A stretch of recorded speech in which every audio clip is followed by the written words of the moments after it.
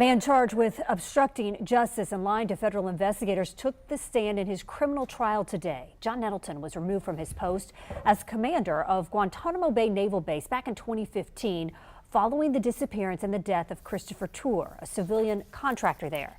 Today is the fifth day of testimony in this case and the first time that we've heard directly from the defendant.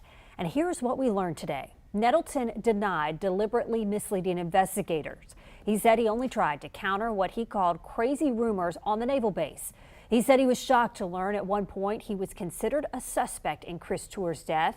He said he was too emotionally exhausted after the discovery of Tur's body to tell investigators about the fight after they found Tur's blood at his house. At one point, Nettleton fought back tears when he testified about his then 15-year-old daughter witnessing the fight. He said she was, quote, terrified. Nettleton is not charged in Tur's death. He has pleaded not guilty to all 8 counts of lying and obstruction against him.